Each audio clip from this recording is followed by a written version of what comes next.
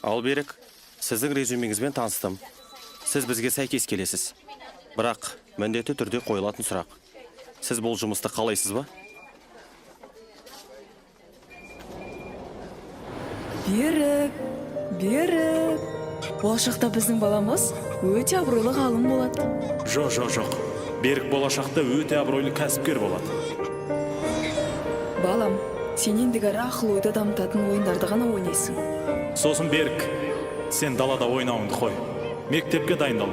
Сол сен үшін дұрыс болады. Берік, біз әке екеуміз саған қолөнер, дене тәрбиесі сияқты сабақтардың қажеті жоқ деп шештік. Иә Берік, сен одан да маңызды сабақтарға көңіл бөлгені дұрыс. Біз солай деп шештік.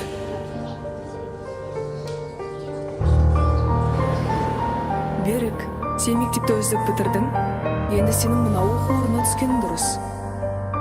Немесе мынау, сенің болашағыңа бұл оқудың маңызы көп. Балам, оқуды бітірген соң саяхаттағың келген жоспарды білеміз. Бірақ біз саған жұмыс орнын тауып қойдық. Сондықтан дайындал. Берік, сіз менің сұрағыма жауап бермедіңіз? Жоқ, мен өз таңдауым жасағым келеді. Кешіріңіз.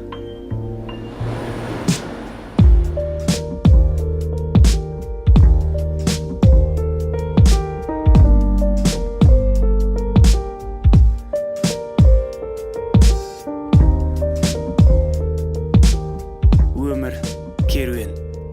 Оның қайда қарай жол бастайтыны сенің қолыңда.